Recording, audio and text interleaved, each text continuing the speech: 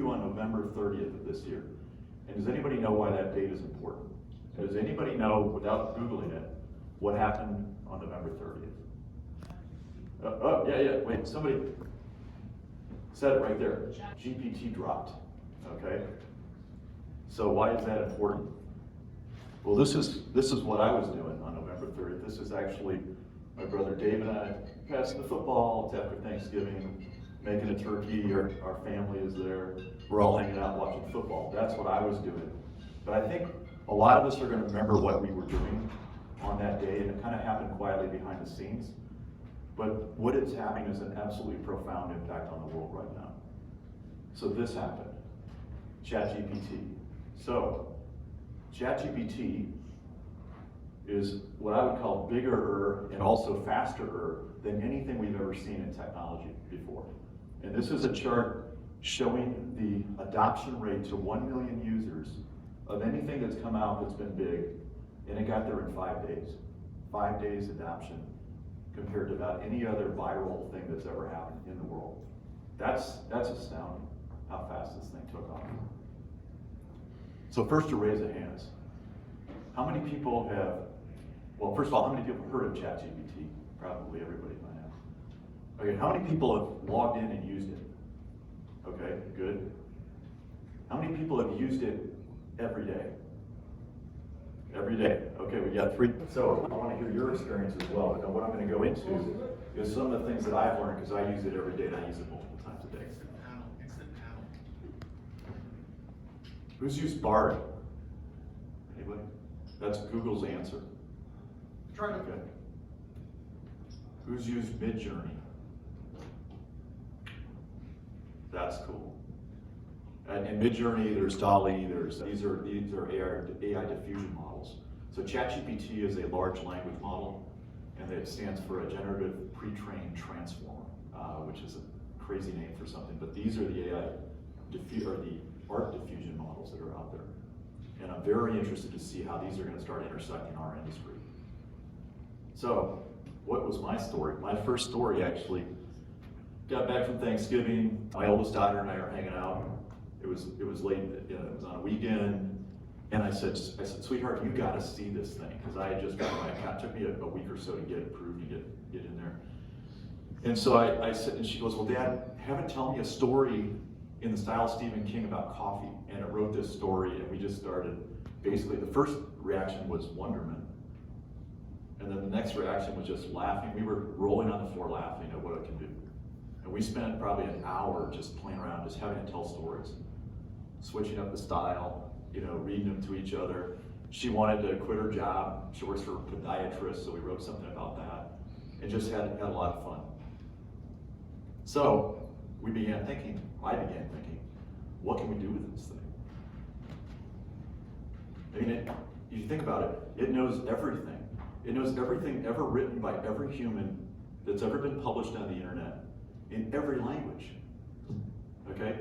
It's like having a friend that's read everything, that has all the knowledge of the entire world, retained it, and they become an expert in all the domains, so they actually know how to be a practitioner. And it's right there, and it costs $20 a month. So it kind of got me thinking, all right, we're all creators in this room, so let's see what it can do. Well, it can write. It's a sales and marketing genius. It's a power tool. It's probably better than all the other AI platforms that I've tried out there for sales and marketing. Press releases, emails, blasts, social posts, blogs, stories, websites. It can write about everything I've thrown at this thing. Here's an example, actually. After Dave and Greg were here at the last session, they had that conversation about printers. They all said, hey, what do you know about printers? They all said, of course, it knows something. And I said, cool. Now write a news article, because we were thinking about it now, seeing some of the news from this event. And there it goes. And it just starts writing the news article.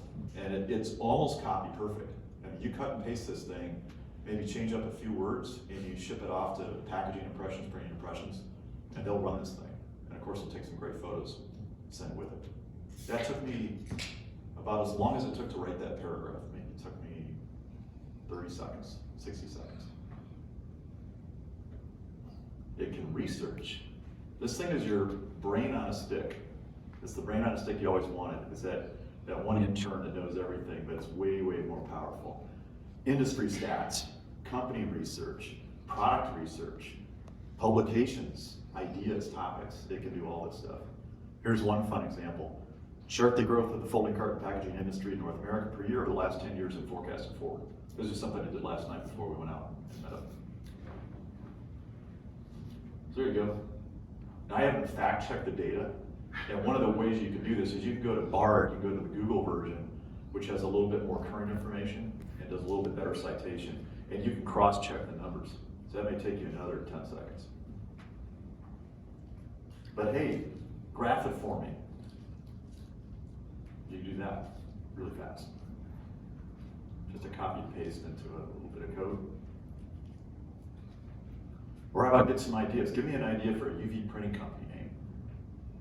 I don't know if these are any good, but it came up with that list super fast. Like super fast. It's your data analyst. Okay, this is really interesting.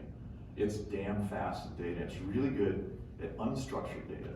So we have data everywhere. Spreadsheets, files. I mean, I don't think in our lifetimes they're going to put it all together. You know, there are companies trying to do that, trying to help us suck all that data in. But we're sitting on data all the time. I was sitting with a colleague of mine that's part of Barry Waymiller. They run it's actually, if anybody's heard of PCMC, they make paper machine converting corporation. They make big CI flexo presses, and we were just hanging around and chatting about this because I'm helping those guys with what they're doing for their transformation into IoT. And of course, they're all hooked on ChatGPT now. So we said, hey, what can it do with data? So he pulls out, and I've just protected the name of the company, I think. This is about 30 days worth of service calls. So he's in charge of the aftermarket service group for this company. Took this data, just grabbed 2 columns of it, threw it in, and told ChatGPT, hey, group and summarize this stuff. Okay, so here you go. It's got the, how many instances of this? You got motor and drive issues, people called about chiller issues, people called about dryer issues, people called about. All of a sudden it structured your data, and it just took a copy and paste to get that. It took about 10 seconds. Now you walk into the meeting, if you were dealing with a customer or the sales rep's going in, they know exactly what to talk about. There's no confusion, you don't have to go through this. This would have taken hours to do before. And that's just a simple thing that you can do. And it's gonna get a lot better. Now, this is a cut and paste. You're gonna be able to suck that stuff right in. All right, this is really fun. It can code. Have any of you guys used it to write applications yet, to write code? Okay, one of the biggest challenges we've always faced was the shortage of software engineers. Okay, and it's you have an idea, you want an app, but where do you go? You don't need one anymore. You can literally write code with zero coding experience. You can write it in JavaScript, Python, SQL, TypeScript. These are all the popular languages. And where's Michael King? Is he still here? He left. Okay, this is a special shout out for Mike King because he's a Visual Basic man. And he said, it's gonna write VB. He goes, I write everything in VB. I'm like, Mike, it actually can write VB too. I'll tell him. You tell him. This slide was for him. Okay. Here's an example. So last night before I went out, I said, hey, write me a simple Pong game that I can run on a site called Replit. Replit's one of these, in the modern world, if you write code, in the old days you had to run it on your laptop or on a server.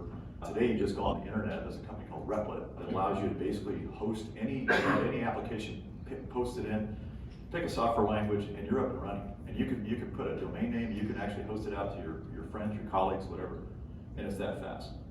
So it wrote the Pong game for me in about 30 seconds. And I was actually playing Pong last night. Now it's a little rough. It's not the Pong I remember, but in 30 seconds, with zero coding knowledge on how to write it, I've never written a video game in my life. I've done coding before. I never wrote a game. I wrote a game. You can play it. But what about something useful like IoT? Okay, this is really cool.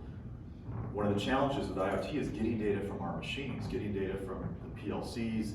How do we pull that data? Because it's hard to do, and I know you guys did it. You put sensors on and things like that, so there's a lot you can do. But at some point, you need to we're dealing with a dissimilar set of architectures, processors, PLCs, sensors, all that stuff out there.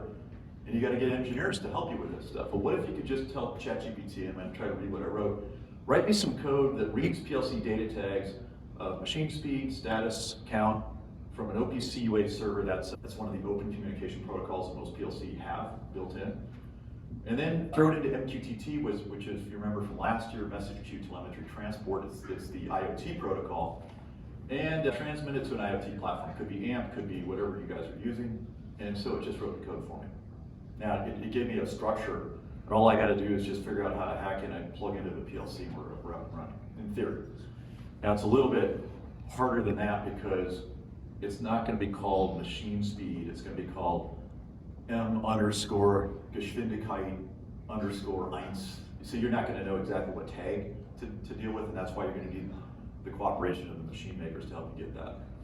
And one of the things that we're doing at Barry Waymiller is creating a layer of interpretation. So we're going to have little things that connect to the PLCs of our machines that pull out the data tags, cleanse them, and normalize and put them into English or German or whatever you want. And it's also going to protect the PLC from going down, because if you overtax the PLC on the machine, you could actually break it and slow the machine down and screw up the machine. And the last thing you want is downtime from this stuff. So we're creating kind of a firewall system so you can pull the data without breaking the press or the machine. So that's how fast, and that took about 10 seconds to do. Oh, this is a good one. Where's Grunky? It's a chemist. It's your personal, I call it a pocket Grunky. We're gonna coin that. In fact, John can go out and develop a website called pocketgrunky.com, and you can go there and you can actually use this to design photo initiators. You know, I don't know. We'll have the chemist decide how good it is at that. Formula tweaking, research, troubleshooting, finding products. So imagine a photo initiator that works better with LED. We've been asking this for years, and so I asked it last night. I said, you're a PhD chemist, so you can instruct it through prompting to behave, to take on a role. So I said, now you're a PhD chemist. I want you to develop a photo initiator that works perfectly for clear coatings and reacts at 365 nanometers, which is perfect because we have that in high abundance now in LED UV. And then it starts writing a dissertation on what it should include.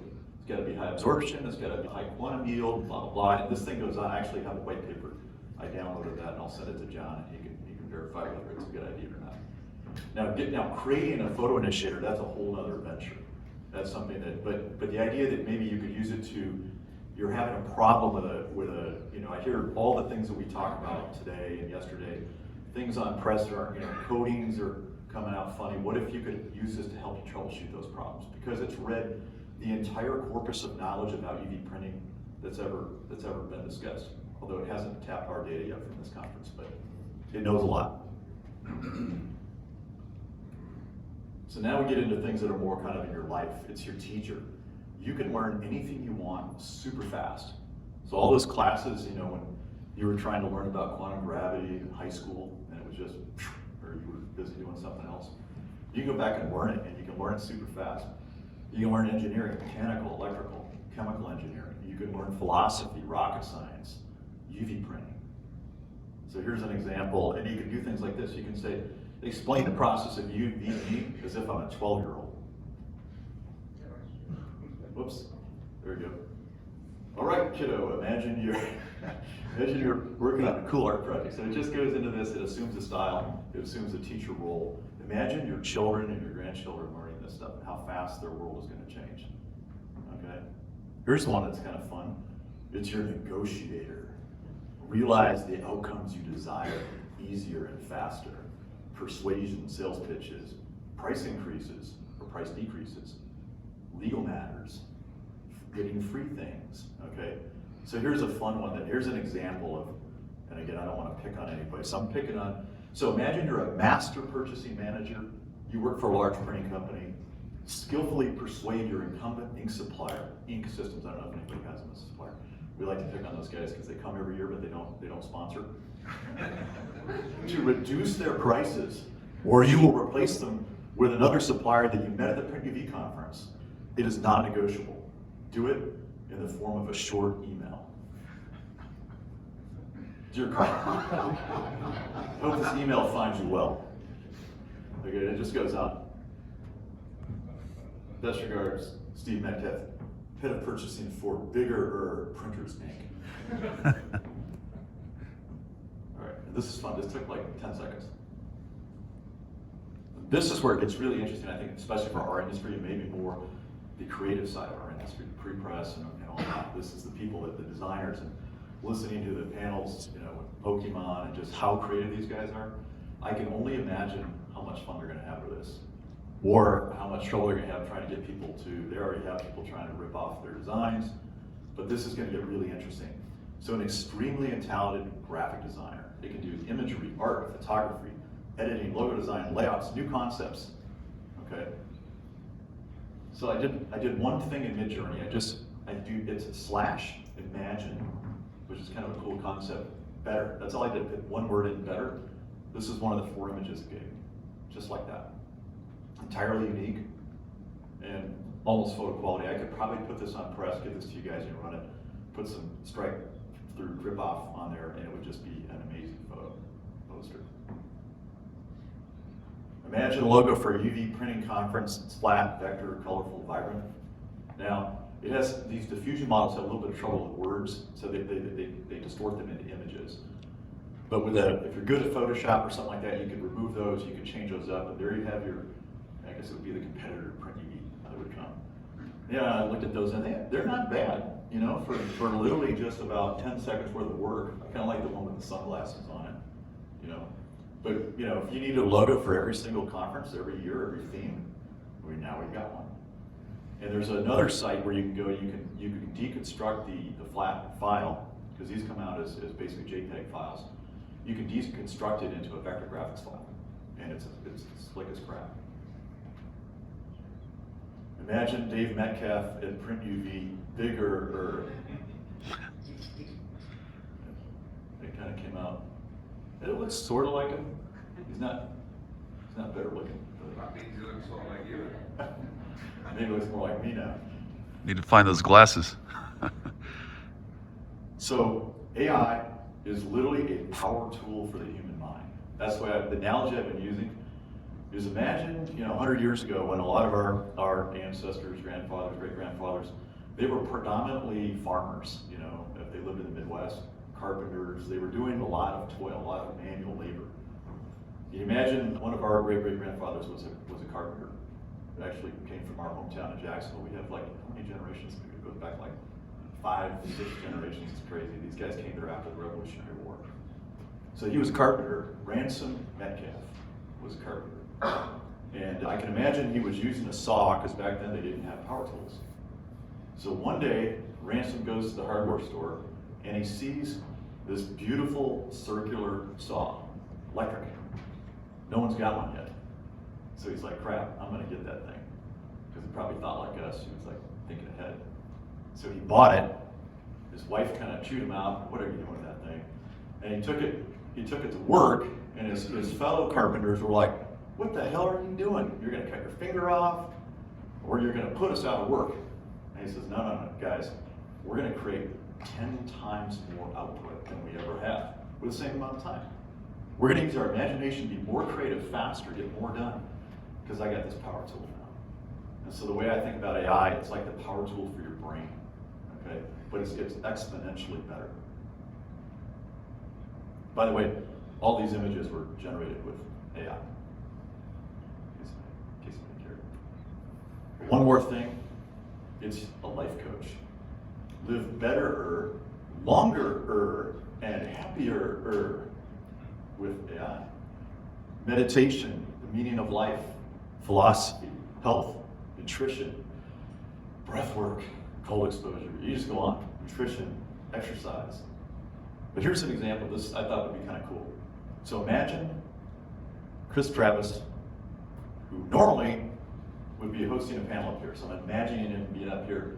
So Hermes, which is the master of masters, the oldest, the most ancient philosopher that ever lived. They think he was from Atlantis and lived in Egypt, taught Jesus, all these guys. Tony Robbins, we all know, Bob Marley, take the stage together on a panel at Print UV conference to share their thoughts and ideas about the meaning of life. And I want you to provide a transcript of this moderated by Chris Travis from Koenig & Bauer. So it probably looks something like that. I was actually trying to get Travis in there, but I was running out of time, so we'll work on that later. He ended up looking more like Matthew McConaughey when we had him morphed through the diffusion. So these guys are up here. Chris Travis, you can imagine him up here. So here's the transcript. I just wrote this in about 10 seconds. The meaning of life, a panel discussion with Hermes, Tony Robbins, Bob Marley, moderator Chris Travis, CT of Koenig & Bauer. Ladies and gentlemen, welcome to this unique panel discussion of the Print UV conference. Today we have three incredible personalities who will share their thoughts made on the meaning of life. Please welcome Hermes, Tony Robbins, and Bob Marley. That's not a great credit. If you get me going later, I'll do better, Chris. So let's begin with Hermes as a messenger of the gods. What do you take on the meaning of life? And then he talks about it. But actually, it's kind of cool when you put it like this. Okay, so with a little AI magic, the meaning of life is about connection and communication. We are here to learn from each other, share our wisdom, and grow as individuals. This is exactly what it wrote. Life is a journey of self-discovery, and through our interactions, we find our purpose. That's Hermetic wisdom, the oldest philosophy in the world. So Chris is like, thank you, Hermes. Now let's hear from Tony Robbins. As a motivational speaker, life coach, what's your understanding of the meaning of life? The meaning of life, Chris, is to create a life of fulfillment and happiness. We have the potential, we all have the potential to achieve greatness and live an extraordinary life. It's about finding our passion, setting goals, and taking massive action to create the lives we desire. Sort of sounds like him. I don't know if you guys ever listened to him, but he kind of comes across like that. Thank you, Tony. And now, Bob Marley, as a legendary musician and symbol of peace and love, share your thoughts on the meaning of life. Yaman. The meaning of life is love and unity. We are all one people. The purpose of life is to spread love, help one another, man, and make the world a better place, man. Life is about living in harmony with nature and recognizing that every living thing has value, man. Thank you, Bob. Now let's go to an open conversation. So basically, they all wrap up with a summary. I took the summary, said summarize the summary, and now imagine what they said visually. The meaning of life is about connection, communication. We're here to learn from each other, share our wisdom, and grow as individuals. Life is a journey of self-discovery, and through our interactions, we find our purpose. And this is the image I've generated. And then you can say, imagine it colorful. Boop. Variation. Now imagine it glistening, because in UV we're going to want that thing to just drip off the box. All right, that's what your graphic arts people can do now, your designers, your clients. And if they're struggling with an idea, you can come up. So I would use this. I'm not a graphic designer, but I can use this to illustrate what's in my mind, what's in my mind's eye. And I can do it that fast. I can say, this is what I'm thinking about. Can you guys take it from here? And we just save so much time. Same with software engineering, same with chemical engineering. All these things, we can get so much further faster. And why?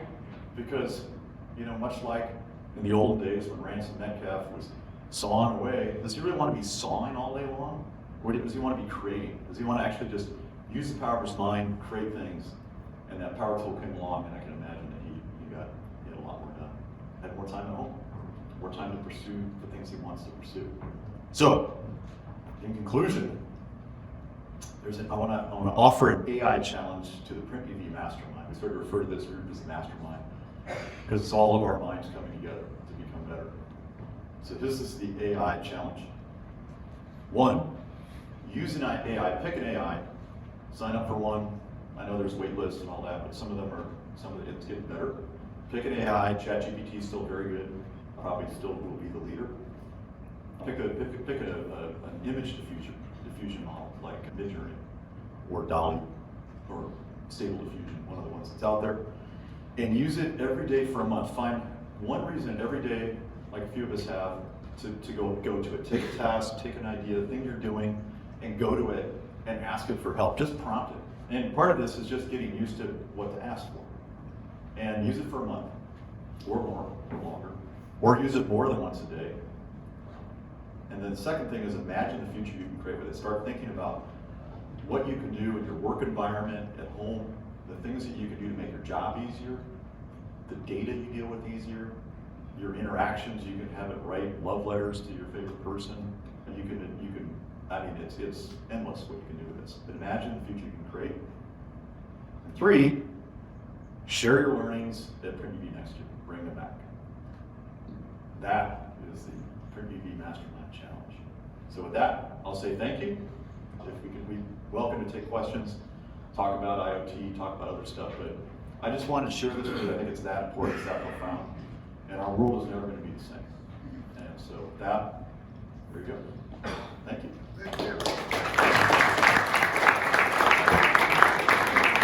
Thank you.